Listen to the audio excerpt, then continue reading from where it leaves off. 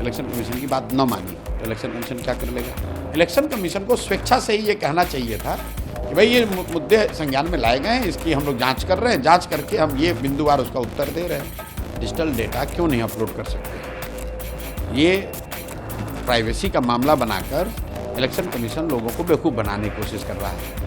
राहुल गांधी और चुनाव आयोग के बीच की तकरार अब धीरे धीरे और जोर पकड़ती जा रही है। इस मामले में विपक्ष के कई नेताओं का बयान भी सामने आ रहा है। एक के बाद एक कई लोग इस पर बयान दे रहे हैं।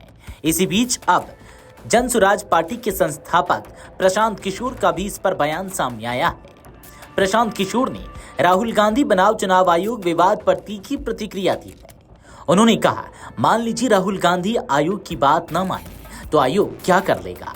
जरूरी यह नहीं कि दोनों एक दूसरे पर क्या बोल रहे हैं, बल्कि विपक्ष के नेता ने जो मुद्दे उठाए हैं उन पर चुनाव आयोग को बिंदुवार जवाब देना चाहिए। माफी मांगो कहना उचित नहीं है। प्रशांत किशोर के इस बयान ने सियासत में नया मोड़ ला दिया है। चलिए अब आपको आगे सुनाते हैं कि प्रशांत किशोर ने और क्या कुछ कहा है। अच्छा, मान लीजिए कि राहुल गांधी ने इलेक्शन कमीशन की बात न मानी तो इलेक्शन कमीशन क्या कर लेगा? भाई, राहुल गांधी और इलेक्शन कमीशन एक दूसरे के बारे में क्या कह रहे हैं ये इम्पोर्टेंट नहीं है। इम्पोर्टेंट ये है कि विपक्ष के नेता के तौर पर राहुल गांधी ने वोटर लिस्ट को लेकर जो मामले सामने रखे हैं देश के, उस पर इलेक्शन कमीशन बिंदुवार जवाब इलेक्शन कमीशन को देना चाहिए। वो चाहे फेक एड्रेस का हो, नए वोटर एडिशन का मामला हो, बजाय इसके कि उस पर जवाब दें आप राहुल गांधी को कह रहे हैं माफ़ी मांगो, ओथ के अंडर दो, ये करो वो करो। भाई एक बार को हटाइए, राहुल गांधी ने कहा या नहीं कहा? पब्लिक डोमेन में तो ये जानकारी है। इलेक्शन कमीशन स्वायत्त संस्था है। In the interest of transparency and trust in electoral process, election commission को स्वेच्छा से ही ये कहना चाहिए था कि भाई ये मुद्दे संज्ञान में लाए गए हैं, इसकी हम लोग जांच कर रहे हैं, जांच करके हम ये बिंदुवार उसका उत्तर दे रहे हैं। बजाय उसके इसको Rahul Gandhi versus election commission versus Rahul Gandhi बनाने का कोई मतलब नहीं। भाई बेबुनियाद है, पहले बताओ तो कैसे?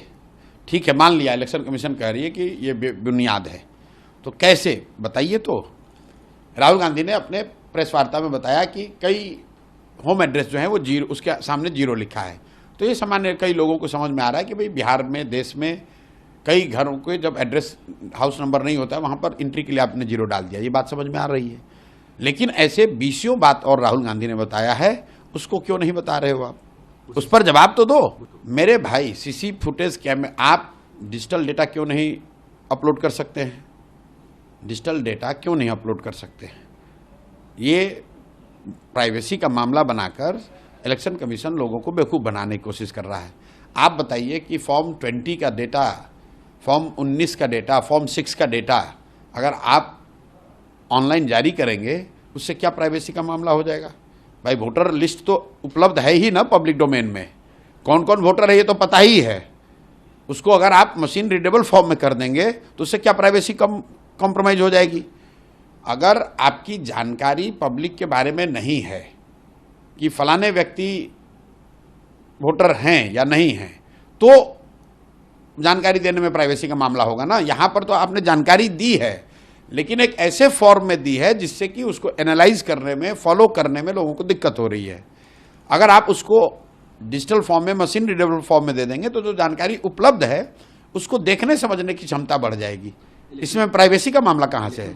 नहीं, अब मुझे नहीं लगता है कि, देखिए, मुझे नहीं लगता है कि राहुल गांधी ने वोटर को चोर कहा है। उन्होंने इलेक्शन कमीशन पर यह आरोप लगाया है। तो इलेक्शन कमीशन वोटर नहीं है, इलेक्शन कमीशन तो एजेंसी है जो वोटरों के से वोट मतदान कराने की उनकी जिम्मेवारी है।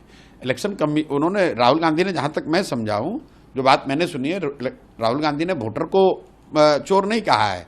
उन्होंने उस प्रक्रिया में जो चोरी हो रही है या गलती हो रही है उसकी बात कही है। अगर आप ये वीडियो YouTube पर देख रहे हैं तो हमारे चैनल को सब्सक्राइब कर बेल आइकन दबाएं और Facebook पर देख रहे हैं तो हमारे पेज को लाइक करें।